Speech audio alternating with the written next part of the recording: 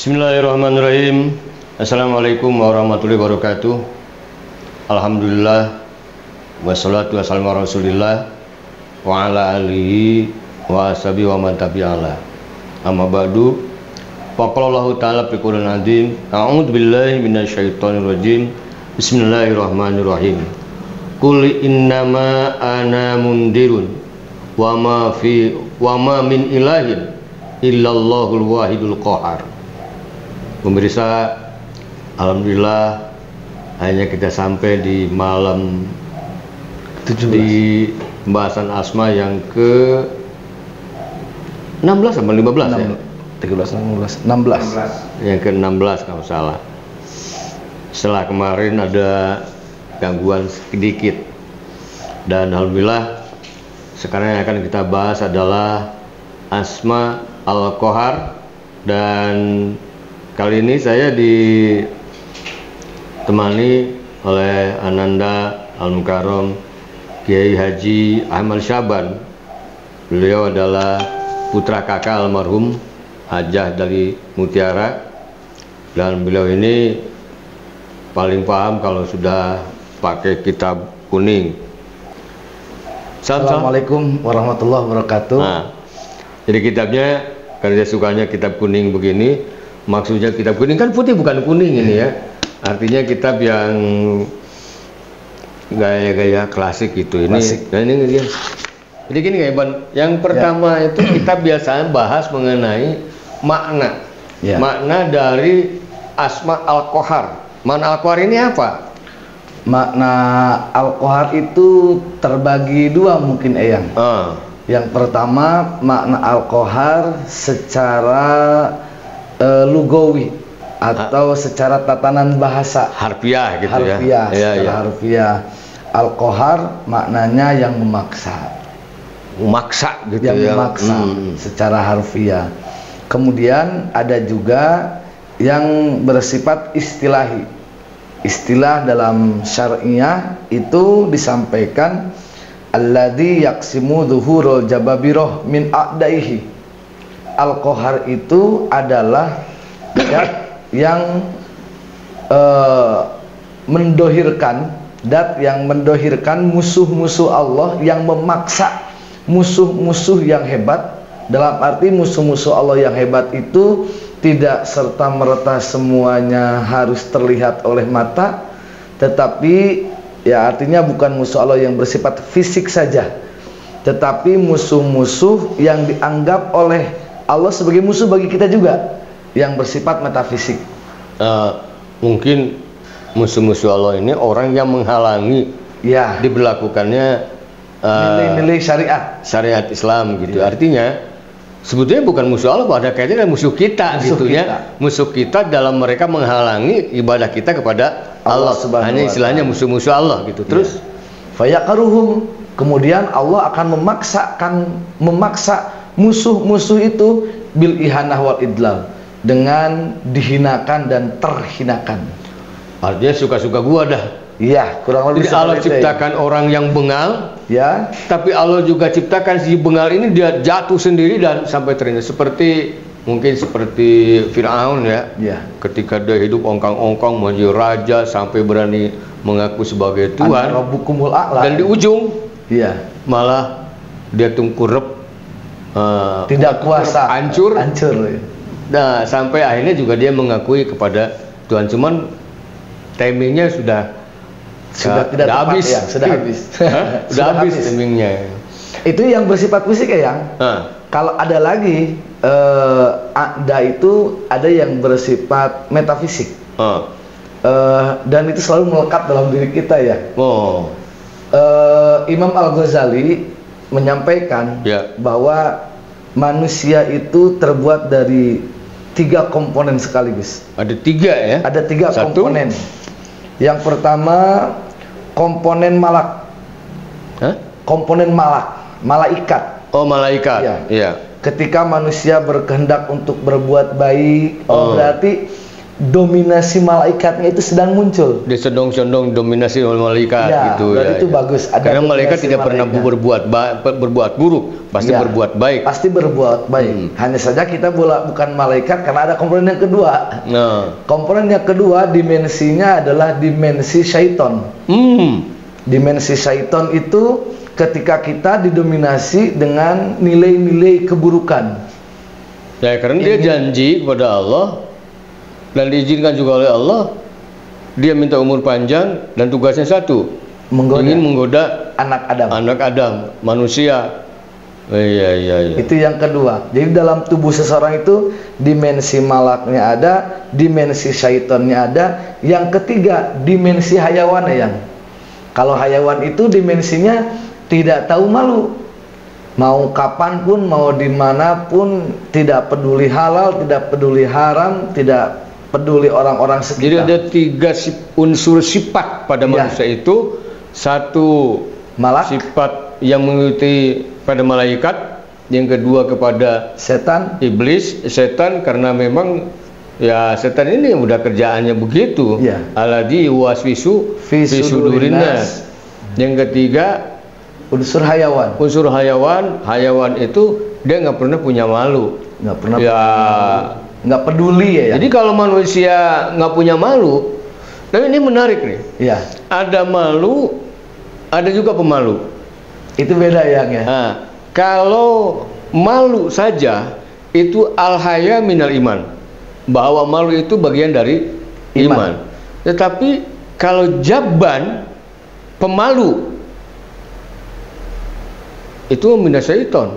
Itu mah bagian dari kesalahan, akibat dari kesalahan. Akibat dari kesalahannya itu. Jadi ya tentu saja jangan malu-maluin dong.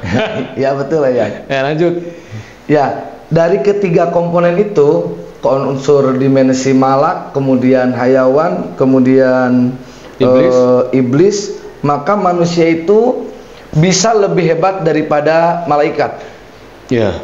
Seperti halnya baginda Rasul itu lebih hebat daripada ru'usul malaikat yang 4. Jibril, Mikail, Israfil, Israil. Ya terkasih dia benar nggak pernah punya nafsu. Iya, sementara Nabi itu ada.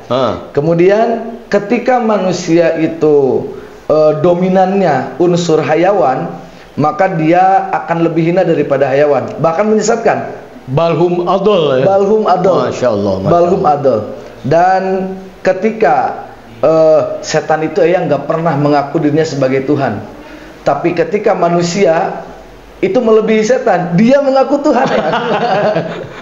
Di kemarin lalu zamannya beberapa kan di Tasik ada yang ngaku Tuhan itu. Iya. Gila. Padahal malaikat nggak pernah ngaku Tuhan, Pak. Iya. Iblis itu nggak pernah ngaku Tuhan. Malah orang yang paling dilaknat oleh Allah, tapi dia nggak berani untuk mengatakan bahwa aku adalah Tuhan. Fir'aun malah ngaku Tuhan. Iya. Jadi manusia ini kalau dia baik mengikuti malaikat, melebihi malaikat. Kalau dia karanjingan iblis, melebihi iblis. Dan ketika dia karanjingan dengan hewan, lebih dari hewan. Bahkan balhum adol. Masya Allah. Nah, ternyata demikian. Ini kita yang mana nih? Nah, ini yang ketiga ini biasanya pasang surut. Ya. Pasang surut. Kadang syaiton yang mendominasi diri kita.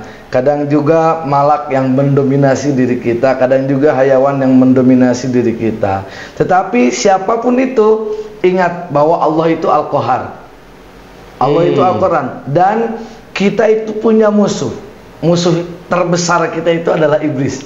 Alam ahad ilaikum ya bani adama alla ta'budu syaiton innahu lakum aduwwum mubin. Aduwwum mubin. Musuh yang paling dibenci. Yang paling dibenci. Dan hebatnya lagi itu iblis, mereka punya tentara-tentara yang tersimpan dalam diri kita ya. Masya Allah. Dan tentara-tentara itu disebut dengan jundus syaiton. Dan jundus syaiton itu dia yang bernama nafsu ammaroh ya. Oh ya, nafsu kan macam-macam ya. Macam-macam ya. Biasanya kalau nafsu amarah itu berarti dengan dendam. Iya. Ya. orang yang dendam, orang yang amarah, yang meletupkan amarahnya itu, kalau menurut analisa Eyang, itu manusianya hilang setidaknya 50%. Dia tidak punya self control. Iya, karena dominasinya hayawan itu ya. Iya, karena dia makanya lebih balhum adol gitu. Iya, betul ya. Iya. Sepakat ya. Karena nafsu ammarah itu bahkan ketika sudah meluap, terbakar, maka nafsu itu sendiri yang memerintahkan dirinya, memerintahkan orang tersebut untuk selalu berbuat kejahatan. Memerintahkan dengan amarahnya itu. Dengan amarahnya itu. Sehingga kontrolnya terkadang hilang. Diingatkan orang juga nggak mau dia. Iya. Marah aja terus. Terus yaitu, dan salah satu dari Al-Qahar ini, ketika Allah menciptakan musuh baik yang bersifat fisik dan metafisik, ingat Allah pun yang akan menghancurkan mereka. Dia yang berkecil hati. Jangan berkecil hati. Sebagai seorang manusia, jangan berkecil hati untuk tetap tegak lurus menuju ke Allah Subhanahu wa taala. Jadi artinya sebesar apapun dosa, jangan berkecil hati untuk tidak mendapatkan maghfirah Allah. Ya. Karena Allah yang memaksa. Dosa itu nggak ada apa-apanya yang didapatkan. Kalau Allah mengampuni, dan tentu saja kita harus taubat begitu. Taubat. Begitupun ketika amarah meletup-letup, Allah jualan yang akan menghancurkan atau menghapus, mendinginkan dari amarah itu sendiri. Betul ya. Jadi kadang kita juga dalam amarah ini barangkali itu juga koharnya Allah ya. Iya. Kita sampai nggak bisa mengelak dari amarah, ngambek gitu ya. Saya sendiri sampai pernah nengor orang pakai sambal gitu kan. Ya karena amarah gitu. Iya. Dan itu paling lama ya. Dalam pandangan ulama-ulama tauhid dan ulama tasawuf itu, lama perpindahan seseorang dari satu nafsu ke tahapan nafsu yang selanjutnya. Emang nafsu ada berapa macam nafsu? Nafsu itu ada yang menyebutkan 9, ada yang menyebutkan 8. Iya. 9 apa saja? Nafsu amarah yang senantiasa melakukan keburukan, memerintahkan keburukan bagi bentar-bentar ngambek gitu. Ya, gitu emosi mulu gitu. Emosi yang didahulukan bukan pemikiran. Dan yang kedua ada nafsu lawamah ya. Kalau nafsu lawamah itu kita tahu akan nilai keburukan yang kita lakukan, hanya saja belum mampu move on dari kejelekan secara 100% ya. Belum bisa berubah. Bisa berubah secara 100%. Hanya saja kalau penyesalan atas melakukan hal-hal yang tidak baik itu mungkin ada.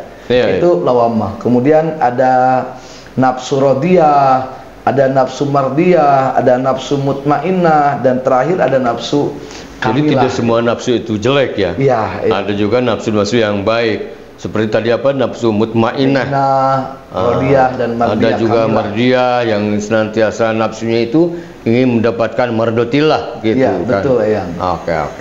Nah demikianlah pemirsa mengenai makna daripada Al-Qahar ini. Alhamdulillah kita ditemani oleh Al-Mukarram Kiai Haji Ahmad Sya'ban. Ini sebetulnya sama Ahmad Sya'ban ini saya suka ketukar-tukar ya sama adiknya. Ya. Jadi kalau saya panggil Sya'ban, malah yang datang adiknya. Yang saya harapkan adalah adiknya, tapi yang datang malah abangnya. Ya itu juga manusia. Oke pemirsa, sebagaimana juga kita harus tahu juga mustaqnya, minhunya, bahwa Al-Qahar ini diambil dari masdarnya lapad kohron ya. Iya betul. Ya arti secara labdiahnya maksa. Itu Al-Qahar. Kemudian segatnya adalah karena posisi segat ini juga mempengaruhi terhadap makna itu sendiri. Betul, ya. Ini isim fa'il wajan fa'alun bi mana kasroh. Mana kasroh ya. Jadi sangat banyak sekali. Tidak terhitung bahkan mungkin. Allah memaksa, nggak ada yang bisa melawan, nggak ada yang bisa membobolnya, gitu. Itu kalau sudah qaharnya Allah. Nah kemudian takhalku, ini kan takhalaku bihala kilah. Di sini bahwa manusia wajib memaksa atau melawan lawannya, yakni dari setan. dan nafsu yang jahat. Jadi ketika nafsu ada, ketika iblis juga berbisik, kita harus mampu kohar, maksa, pergi lo, begitu kan? Ya. Kalau dia goda-goda macam-macam gitu, macam santri lagi belajar, ada cewek ngajak pacaran, minggir, gua lah belajar nih, gitu kan?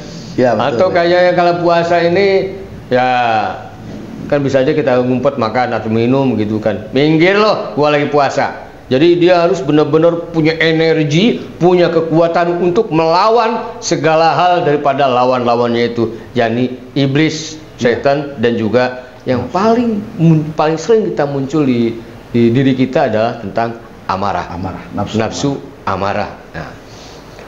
Nah, kemudian selanjutnya ayat Quran. Kan tiap ini harus ada Qurannya. Ya, yang ini surat Shad ayat 65. Qul inama ana mundirun wa ma min ilahin illallahul wahidul qahar. Ini wahidul qahar, hanya Allah lah yang memaksa. Nah, coba urainya gimana Kak Mas? Yang pertama harus kita fahami dan kita sadari bahwa Al-Qahar itu sebagaimana yang tadi Eyang sampaikan, termasuk isim fa'il yang bermakna kasroh ya Eyang. Atau dalam kata lain amsilah mubalaghah, contoh-contoh yang memang sangat mubalaghah, sangat apa mubalaghah teh? Kalau populer, besar dan lebih besar sekali gitu ya. Optimal, absolut. Qahar itu Allah dat yang maha memaksa secara absolut, al-wahid, al-qahar. Tidak ada yang mengintervensi atas apa yang diberikan dan dipastikan diputuskan oleh Allah kepada kita. Itu buatan Allah semata, al-wahid. Allah yang membuatnya, Allah yang memaksakannya, sehingga sesuatu yang tidak sesuai dengan keinginan kita pun, semisal kita merasakan rasa sedih, semisal kita merasakan rasa kecewa, tidak sesuai dengan kenyataan, maka itu adalah kita dipaksa untuk bukan hanya melihat rasa ketidakpuasan saja, tetapi yang lebih tersulit adalah melihat tentang qaharnya Allah. Atau mungkin gini, Iwan umpamanya moyok ya sama Eyang. Ya. Eyang kan manusia, nggak enak. Itu mestinya disikapi, jangan benci sama aibannya. Iya, betul. Mestinya diterima, ini qaharnya Allah. Ya. Sedang memberikan rasa prihatin kepada saya. Jangan malah benci sama orangnya gitu. Lalu tentu saja karena kita ini karena budu, karena nasta'in, hanya kepada Allah kita beribadah, maka hal ini juga harus menjadi lahan ibadah. Betul ya. Nah, salah satunya ya sabar, gitu. Atau orang yang moyok atau yang jelek-jelekan kita, bawa aja dia senyum. Nah, karena sekali lagi ini adalah asal dari asma qaharnya siapa? Allah Subhanahu wa ta'ala. Selanjutnya ini main cepet-cepet aja lah. Ada asrar. Asrar itu rahasia ya. Artinya sebetulnya apa sih yang paling pas? Rahasia kok dibilangin gitu kan. Maksudnya barangkali khasiat atau kalimat yang berkaitan dengan Al-Qahar ini, sehingga ini menjadi sebuah kata-kata, ungkapan-ungkapan dalam doa. Ya. Ini sering kita baca juga di pesantren Ibtuda ini. Ya Jabbar, ya Qahar, ya Bati Syadid, hud haqqana mimman dolamana wa'ada alaina. Sekali lagi, asrornya adalah ya Jabbar, ya Qaharu, ya dalbashi syadid, khud haqqana mimman dolamana wa'ada alaina. Ini kalau istiqmalnya, pelakuannya adalah untuk amaliyahnya kita harus jazim, yakin bahwa Allah itu punya nama asma al-qahar. Al-qahar yang maksa kita nggak punya apa-apa, atau maksa kita jadi orang kaya. Ada juga lah, saya mah nggak perlu duit, ngapain sih saya ribet takutnya juga kalau saya kaya itu takut banyak hisaban. Dia tidak terlalu atau dia tidak berharap dunia, malah Allah berikan berlimpah-limpah. Iya, betul ya. Nah, itu koharnya Allah juga kan. Atau ada orang pengennya duit melulu, kekayaan, tapi Allah kasih kere mulu gitu. Itu kohar. Nah, itu harus diyakinkan bahwa Allah punya hak memaksa. Kemudian penggunaannya juga ya dibaca lafaz al-kohar. Jadi ya kohar amaliyahnya. Iya. Ya kohar. Kemudian khasiatnya. Nah, ini. Pertama, menghilangkan hubud dunia. Jadi tenyerongoting karena naon? Dunia. Dan barang siapa yang banyak membaca asma al-kohar ini, maka dia akan tapa hasilnya kepada seluruh lawan-lawannya. Jadi dipaksa lawannya itu kalah. Iya, betul gitu. ya. Jadi bacalah lafaz ya kohar. Kalau asronya dibaca tadi ya jabbar ya kohar ya basi syadid hudaqona mimman dolamana wa ada alaina, dibaca 100 kali seusai sholat subuh ya. Sholat subuh, maka dia juga akan menghilangkan, menghancurkan lawannya. Jadi kalau seseorang dolim kepada kita, atau begini ya, kita pahami dulu deh makna atau arti dari ya jabbar ya kohar ya syadid hudaqona mimman dolamana wa ada alaina ini. Artinya ya jabar ya kohar ya dalbat syadid, kita memanggil asma Allah sesuai yang diperintahkan oleh Allah, walillahil asmaul husna fad'uhu biha. Maka yang menjadi konteks kali ini hud hakona mimang dolamana wa ada alaina. Itu underline-nya ya. Iya. Hud hakona mimang dolamana, kedoliman yang dilakukan oleh musuh-musuh kita itu semoga dikembalikan lagi kepada kita. Wa ada alaina, dikembalikan kepada kita. Ini menarik ya. Hud hakona miman dolamana. Ambil hak kami, kembalikanlah kami.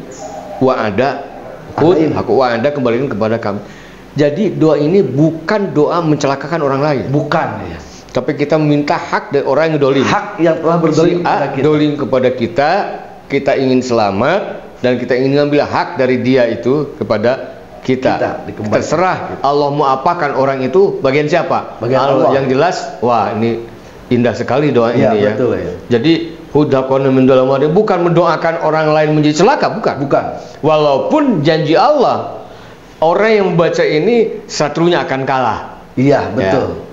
Alhamdulillah pemirsa, akhirnya asma ya kohar selesai sudah dibicarakan bersama Al-Mukarram Kiai Haji Ahmad Sya'ban ya.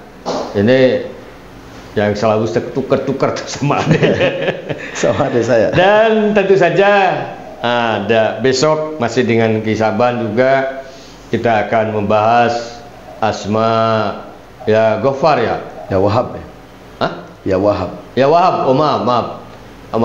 Asma ya Wahab. Dan tentu saja bila Anda peduli dan merasa tayangan ini perlu, silakan Anda subscribe, komen gitu kan. Kalau mau nanya-nanya tulis saja di kolom komentar ya. Dan kalau dikira ini manfaat, kasih juga kepada orang lain.